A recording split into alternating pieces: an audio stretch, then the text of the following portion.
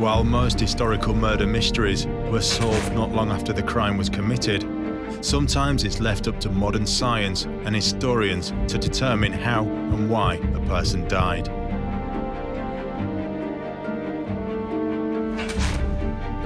In this series, we'll look at some of the great unsolved deaths of the past, bringing to life the many theories surrounding them and piecing together the evidence. Hundreds of years may have passed since these events took place, but with the help of forensics, criminologists, and specialist experts, we'll attempt to solve these medieval murder mysteries. According to the official line, he died in a drunken brawl. A perfectly acceptable story is that they were smothered. And so died King Edward II. Murder. And legend has it that Prince Arthur died of the shock of castration. It's a possibility, but on the other hand, it's a most unreliable way of killing somebody. April 1203. In the Normandy city of Rouen, Arthur, Duke of Brittany, once first in line to the throne of England, is held captive on the orders of his uncle, King John. King John was a bad man. There's no doubt about it. He had people murdered. He was excommunicated by the Pope. As far as John was concerned, as long as Arthur was alive, he was a threat to his reign. To this day, his fate remains a mystery. Arthur's body was never found. We don't know what happened to Arthur's body. There's some suggestion that it was found by a fisherman floating in the River Seine, recognized, taken away, and buried in secret. But actually, we don't know what happened to Arthur's body, and nobody was telling. Some believe he was assassinated by William de Briouze, the king's notorious right-hand man. He made his mark by being less than squeamish when it came to carrying out the will of these Angevin kings. One didn't rise to the top in the way that William de Briouze did without standing on a lot of people. While others think he was killed in a horrific act of cruelty. He was kept in Falaise Castle under the custodianship of Hubert de Burgh. And because of his claim on the throne, King John ordered that Hubert de Burgh have Arthur blinded and castrated. And there are those who say that he was killed by the king himself. There are later tales told by people who were actually involved in the disappearance of Arthur of Brittany, tales which suggest that John, in a fit of madness, a fit of anger, actually decided to do away with Arthur in a drunken rage. Just what did happen to Arthur, Duke of Brittany?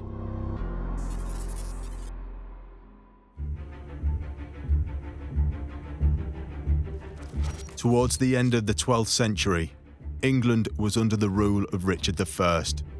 Known as the absent king, he spent only a small amount of time in England, visiting the country only twice in his adult life.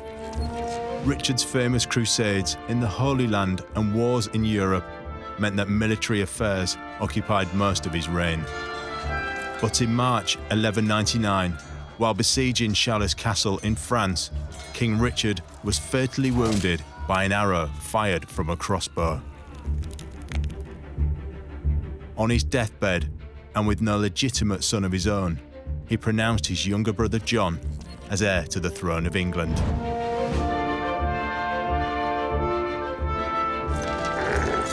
Other than blood ties, John had little in common with his brother Richard. He was a deeply flawed character who was prone to cruelty and violence. King John was a bad man. There's no doubt about it. He had people murdered. He was excommunicated by the Pope. He had 22 Welsh boys hanged from the ramparts of Nottingham Castle.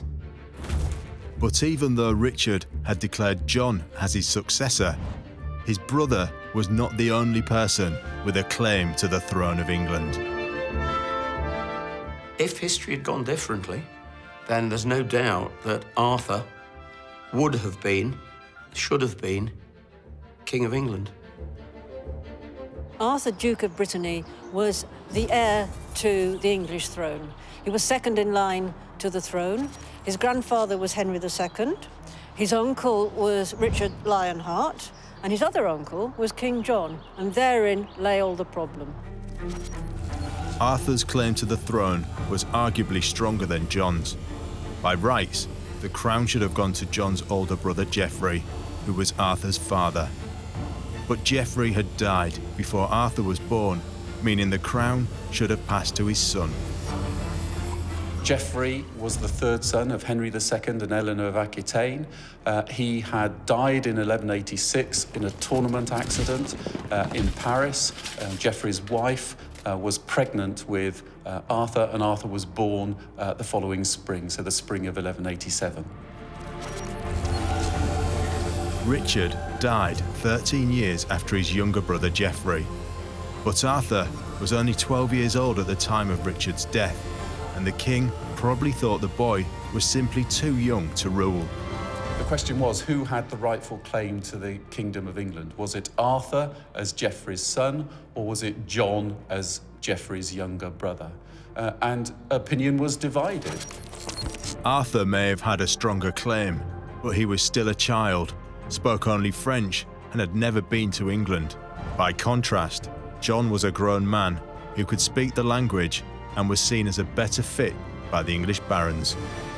England chose John, but France didn't. Of course, we owned a lot of northern France in those days, and King Philip of France backed Arthur as King of England. King Philip IV of France refused to accept John as King of England. Instead, he gave his support to Arthur. Philip was keen for the French crown to regain the lands of Normandy and other areas that were under John's control. So, with King Philip's help, Arthur rose up against John in Normandy in 1202. Arthur raised a large army and laid siege to Mirabeau Castle, where John's mother, an 80-year-old woman, was actually in situ.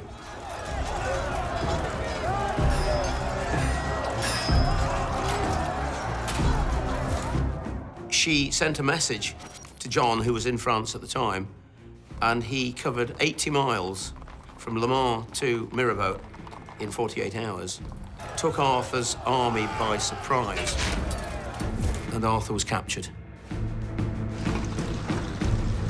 So on the 1st of August, 1202, Arthur was captured by John outside the castle of Mirabeau. And that brought him very much under John's control. He was kept in Falaise Castle under the custodianship of Hubert de Burgh. And because of his claim on the throne, King John ordered that Hubert de Burgh have Arthur blinded and castrated, so he could be of no use and could beget no children, of course.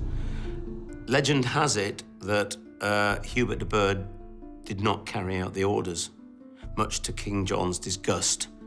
And John then had Arthur moved to Rouen Castle under the custodianship of William de Briouze. And he languished there, as legend has it.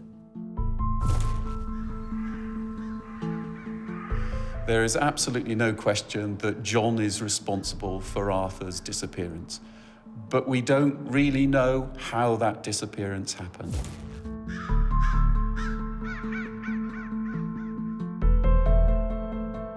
It seems unlikely that he just vanished into thin air. But what exactly did happen to Arthur has been the subject of speculation and rumour for hundreds of years. Even by medieval standards, one theory surrounding his disappearance stands alone for its brutality. It's been suggested that on the orders of his uncle King John, Arthur was cruelly blinded and castrated.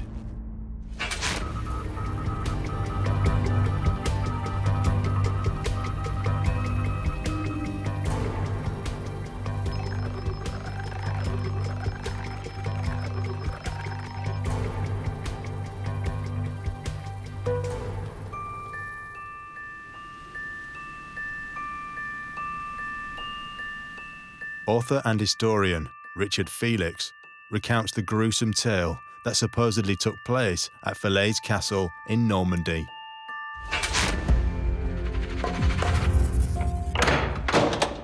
The new King John found his nephew, Arthur, Duke of Brittany, a real threat to his throne. So he had him captured and thrown into Falaise Castle in Normandy.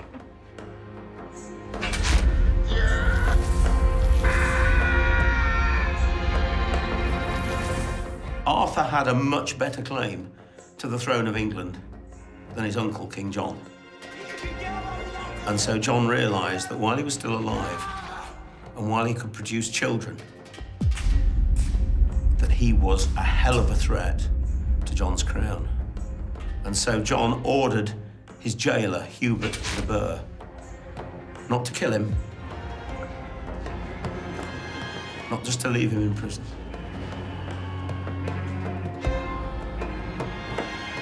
not just to blind him,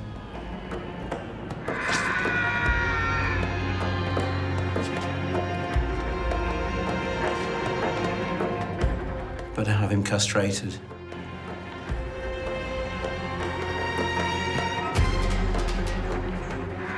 This was no form of surgical operation in those days. It was nothing but a barbaric form of mutilation, which resulted usually in the person dying of shock or dying days later, probably of loss of blood. And legend has it that Prince Arthur died of the shock of castration.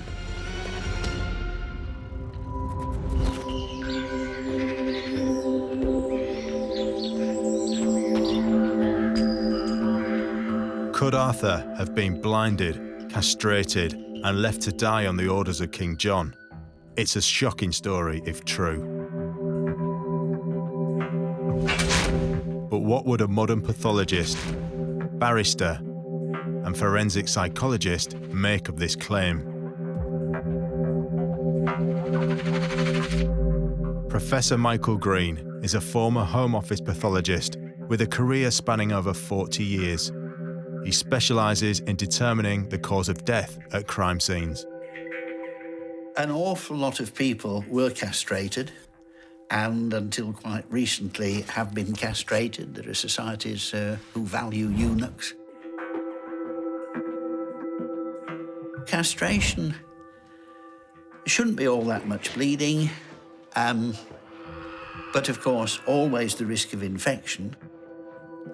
The eye, they used to literally poke the eyes out. They used to use a dagger.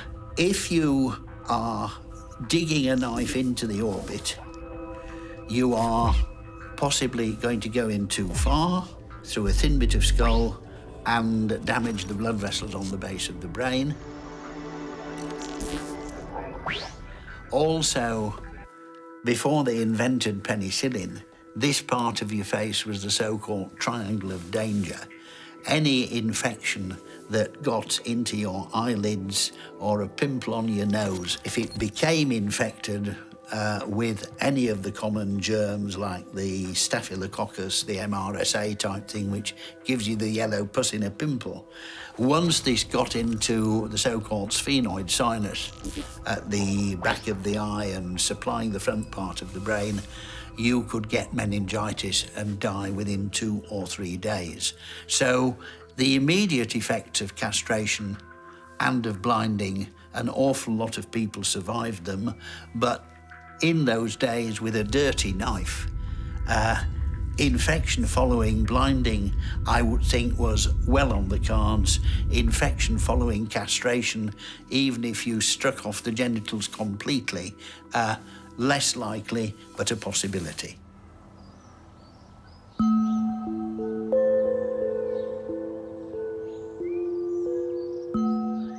It must be remembered that a living Arthur was a permanent threat to John's reign. And as far as John was concerned, basically Arthur had to go. And because John was John, and probably almost literally a psychopath, preferably go in a most hideous, barbaric way possible. Dr. Kieran O'Keefe specialises in forensic and criminal psychology. He tries to understand and explain the reasons behind criminal behaviour, such as murder, by putting himself in the mind of the suspect. If King John ordered the murder or committed the murder of his nephew, and in that it involved blinding him and castrating him, he would be sending a message out to people saying, look, you know, the eyes of my nephew, I'm going to remove those, I'm going to damage those in such a way that should he survive, there'll be no way that he can use these anymore. A slow, painful death, that it's not an instant death. Then you add to that the castration, and he's basically saying, look, again, even if he survives this, I'm showing you that I don't want his bloodline kept in any way. Andrew Rose is a former barrister and judge who's worked on numerous criminal trials. As both a defending advocate and prosecutor, Andrew specialises in piecing together historic evidence. Why somebody should choose to kill somebody they didn't like in a particularly unpleasant way can be for a variety of reasons.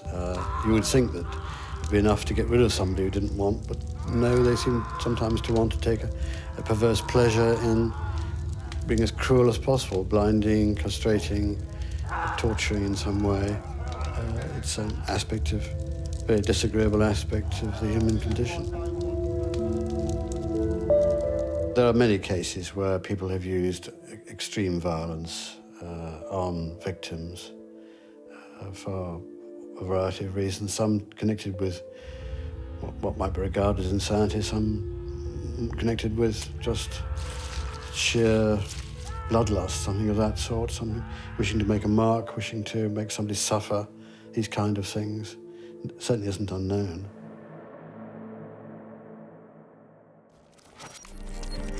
King John certainly had motive to want Arthur out of the picture, and it seems possible that if Arthur was blinded and castrated, he could have died from his injuries. But with no corpse ever found and no eyewitness accounts, should we really accept this version of events?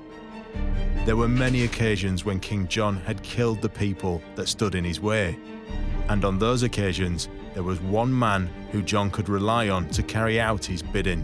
That man was William de Briouze.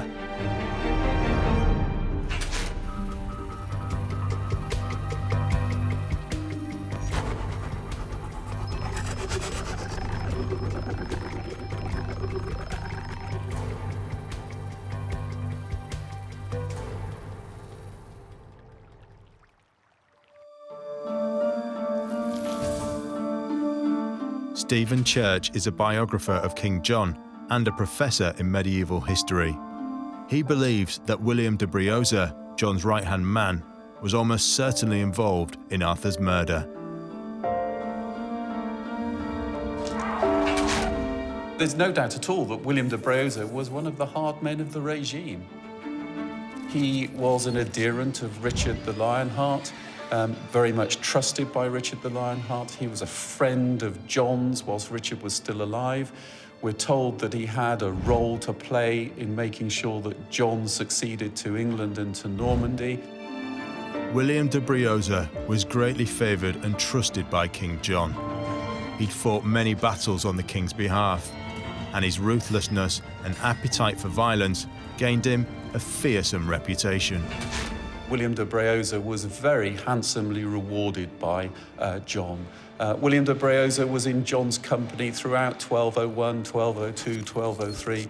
Wherever we see John, we see William de Briouze. So he's a really good source for what is likely to have happened to Arthur.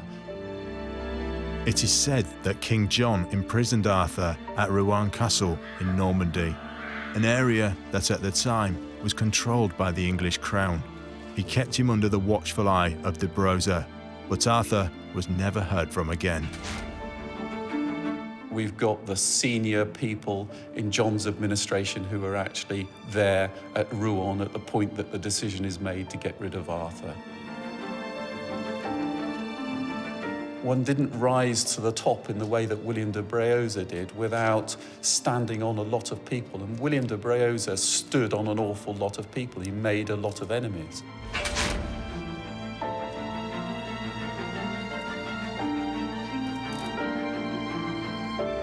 William de Briouze was no stranger to killing royalty. He was given the name the Ogre of Abergavenny for his part in the murder of 3 Welsh princes in 1175. This has led many to believe that Arthur suffered the same fate.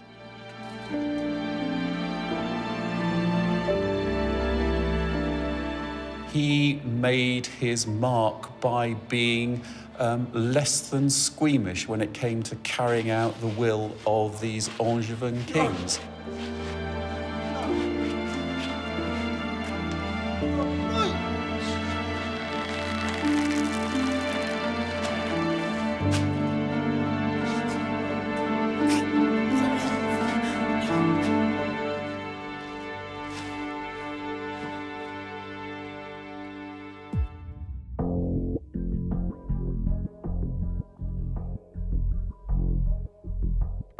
De Briouze had been known to use hanging and strangulation as means of dispatching his prisoners. Could he have used this method to kill Arthur? Death by strangulation is one of the biggest problems, I think, that a forensic pathologist has to face. Classically, if it's manual strangulation with the hands, you'll get fingertip bruises. You'll almost certainly get fingernail marks, even if the strangler has got short, well-trimmed fingernails. And you will get the little hemorrhages around the eyes, so-called petechiae, a generally congested face, and so on. That's if it takes about 2 to 3 hours to die. But in a significant minority of compressions of the neck, there is some very important nerves run down inside the neck called the vagus nerves. And if you tickle those up, the heart can stop at any minute. And this is called vagal inhibition. And there have been numerous cases described over the years where there's been a struggle outside a pub and the bloke's neck has been grabbed to restrain him, more or less. And to the surprise of the chap grabbing the neck, the grabby goes limp and buckles at the knees and is very dead. So you can get very rapid death from strangulation with no external signs at all. When you come to do a post-mortem examination, in these cases of vagal inhibition, you find almost certainly little hemorrhages on the sheath covering the vagus nerve, which is enough to give you a clue as to what's happened. So there are a range of means of dying after you've had your neck compressed. Some of them will be obvious externally. Some of them will be obvious only after a very careful, detailed dissection of the neck by a very skilled dissector of necks.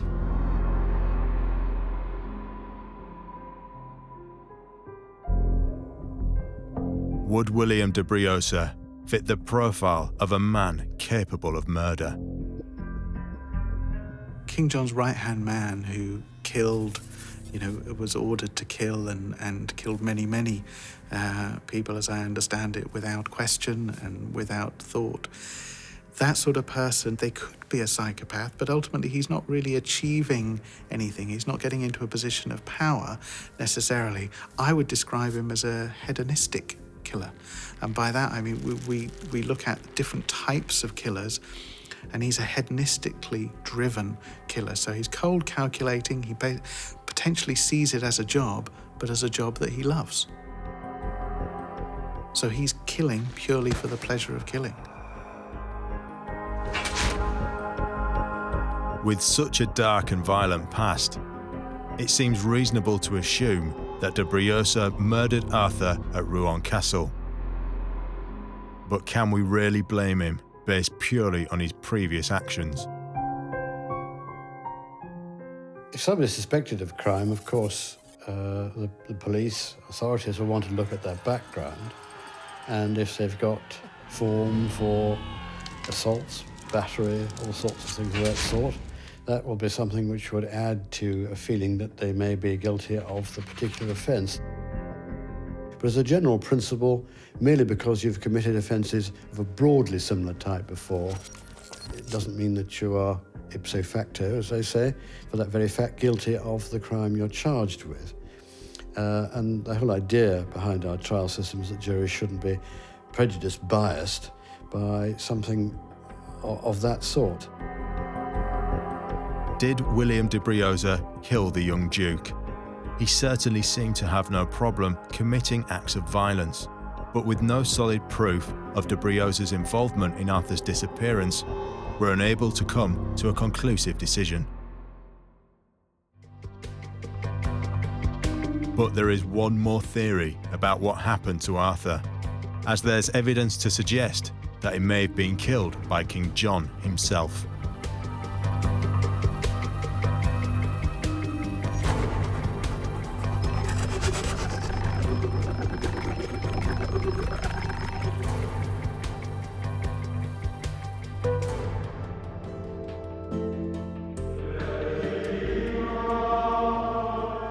The Annals of Margam were written accounts kept by the monks of Margam Abbey in Wales during the 13th century.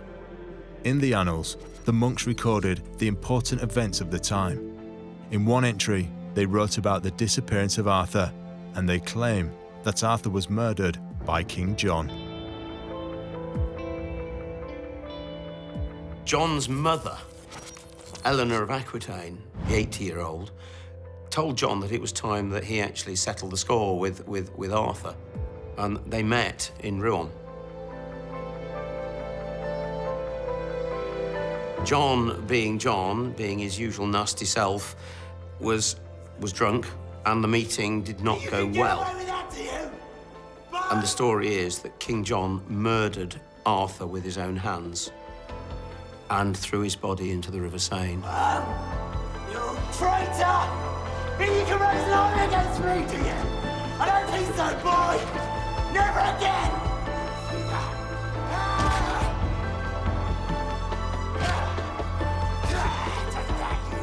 The body was later found and is buried, apparently, somewhere in France. And there is evidence to prove that that happened, because William de Briouze's wife, Maud, a few years later, actually accused King John of the murder of Arthur.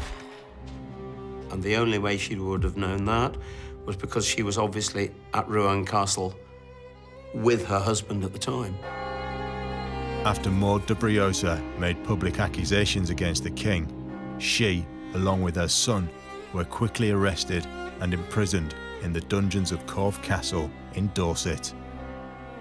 The murder of Matilda de Briouze is a very interesting case because she is clearly starved to death.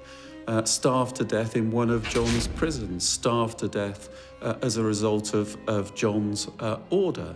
And it obviously caused a great deal of shock throughout England. Not only do chroniclers notice it, but the king himself is forced to write an open letter in which he explains why he's moved against the Briouze clan. People are clearly shocked by this, by the way that Matilda de Briouze is treated. And they found the body of Maud and her son. She was actually lying part on top of her son, and she'd eaten part of his face. He obviously died first, and she tried to stay alive by eating her own son. And this was all due to the wicked King John.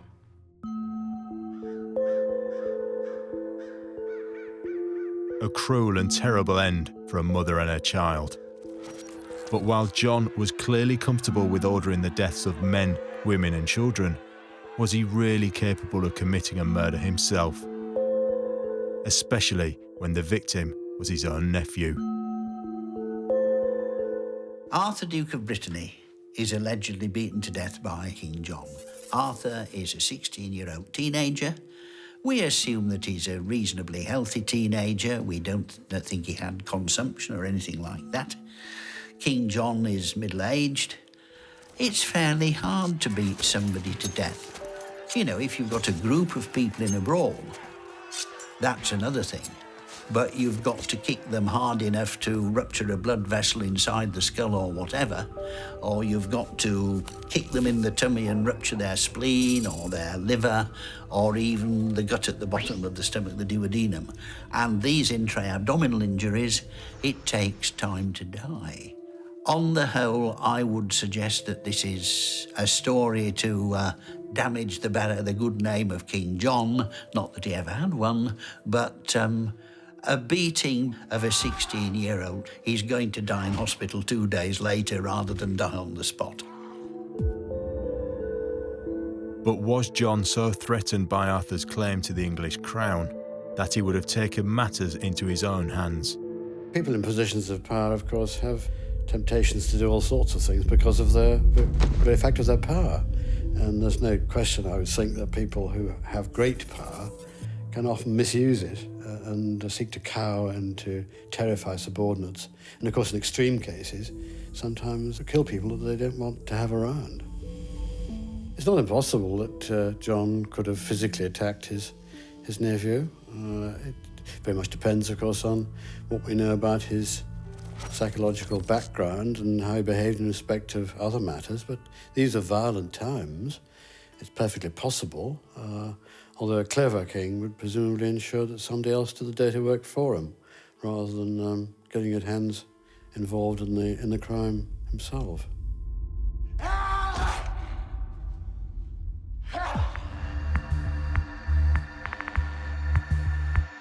But does John fit the profile of someone capable of committing murder? He has been exposed to violence. Also, there is this paranoia going on. And I'm reminded of a particular model that we have called the trauma control model.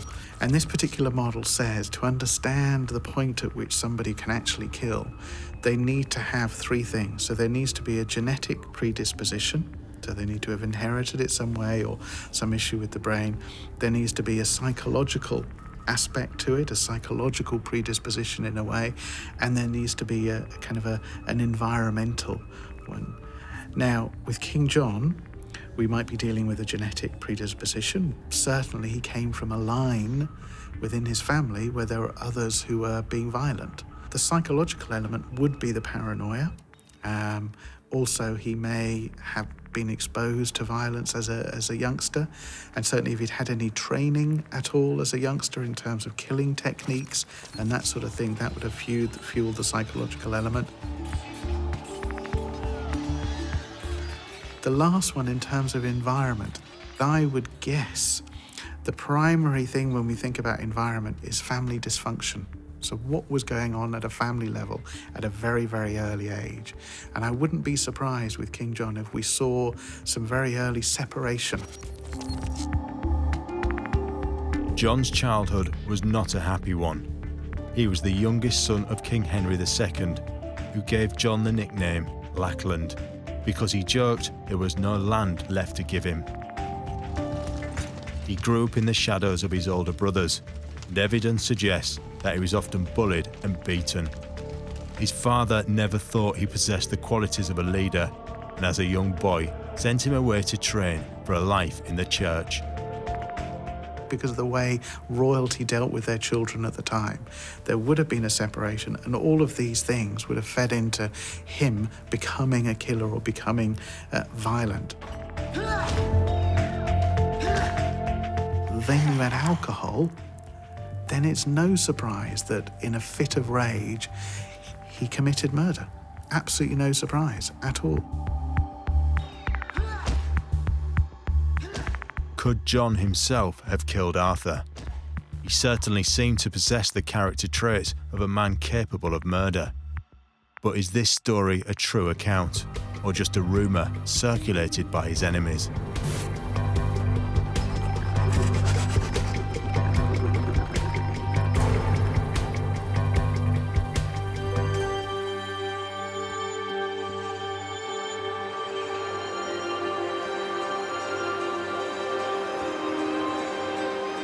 All experts agree that Arthur did not simply vanish into thin air. and was almost certainly a victim of foul play. But how he died and under what circumstances has been debated for hundreds of years. Did he die from his injuries after being blinded and castrated, as some people think? Could he have been killed by John's right-hand man, William de Briouze, as punishment for trying to claim the English crown?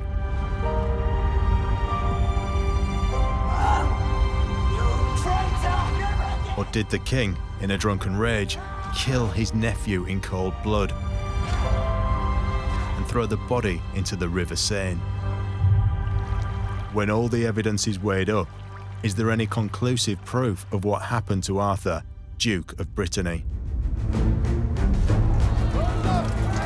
These were brutal times, and it seems that John was more than willing to turn to murder as a means of solving his problems. King John had been under constant threat, and there had been rumours of his assassination, and he could have been building up a paranoia. And the paranoia could have fueled revenge fantasies. And certainly if King John was feeling as though people around him wanted to kill him, he may have felt humiliated by that idea. Now, King John would have been exposed to violence on a regular basis and was involved in many, many battles and wars. So it wouldn't have been a surprise that he would say, well, the only way I can see to resolve this is to show people that I cannot be killed, is to show people that I can be equally violent, you know, and they need to be scared of me. And so it makes sense to me that he would have reacted that way and been extremely violent just on the basis of hearing these rumours about his assassination. You can get away with that, do you?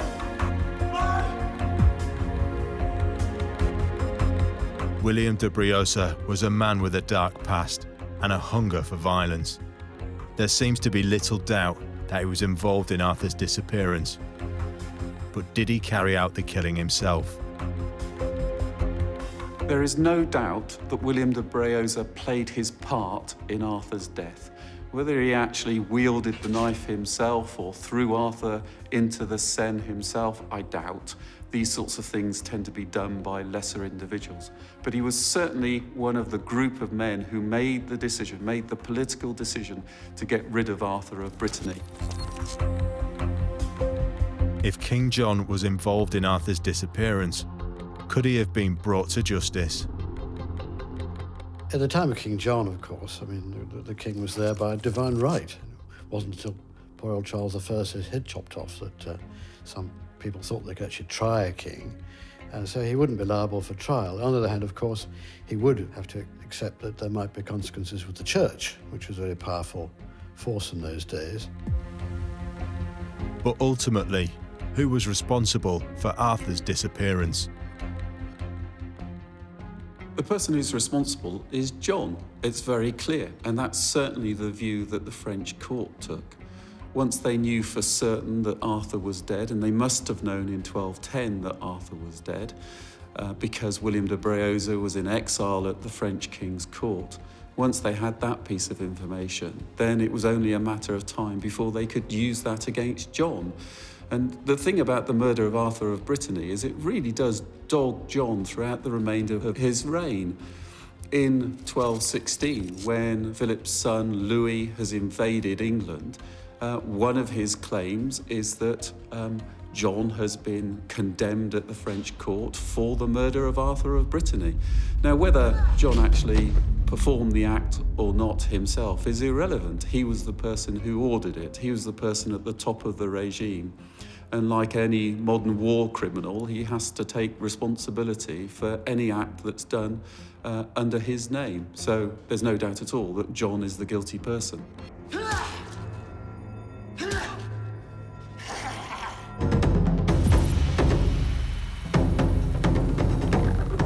Most experts agree that Arthur, Duke of Brittany, was murdered.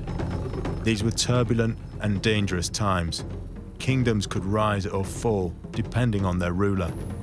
Arthur was a young boy who became involved in a deadly game, perhaps unaware of the consequences of losing.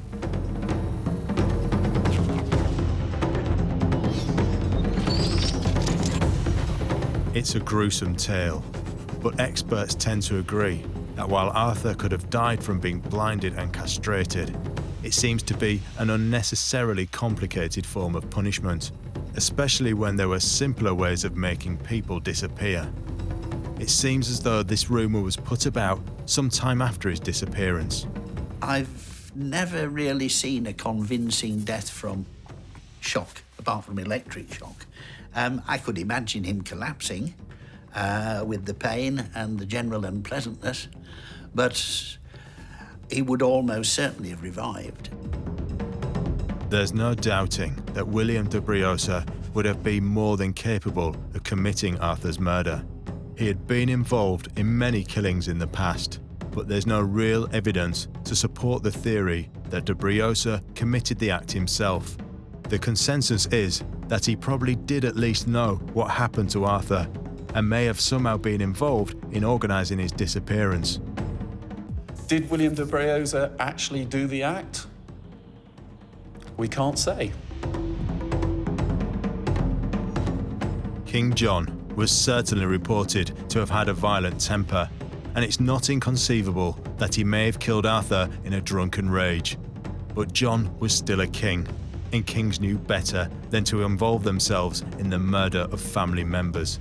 It's more probable that John would have had people to carry out his dirty work for him. So it seems we may never know the real identity of Arthur's killer, or the exact method that was used to kill him.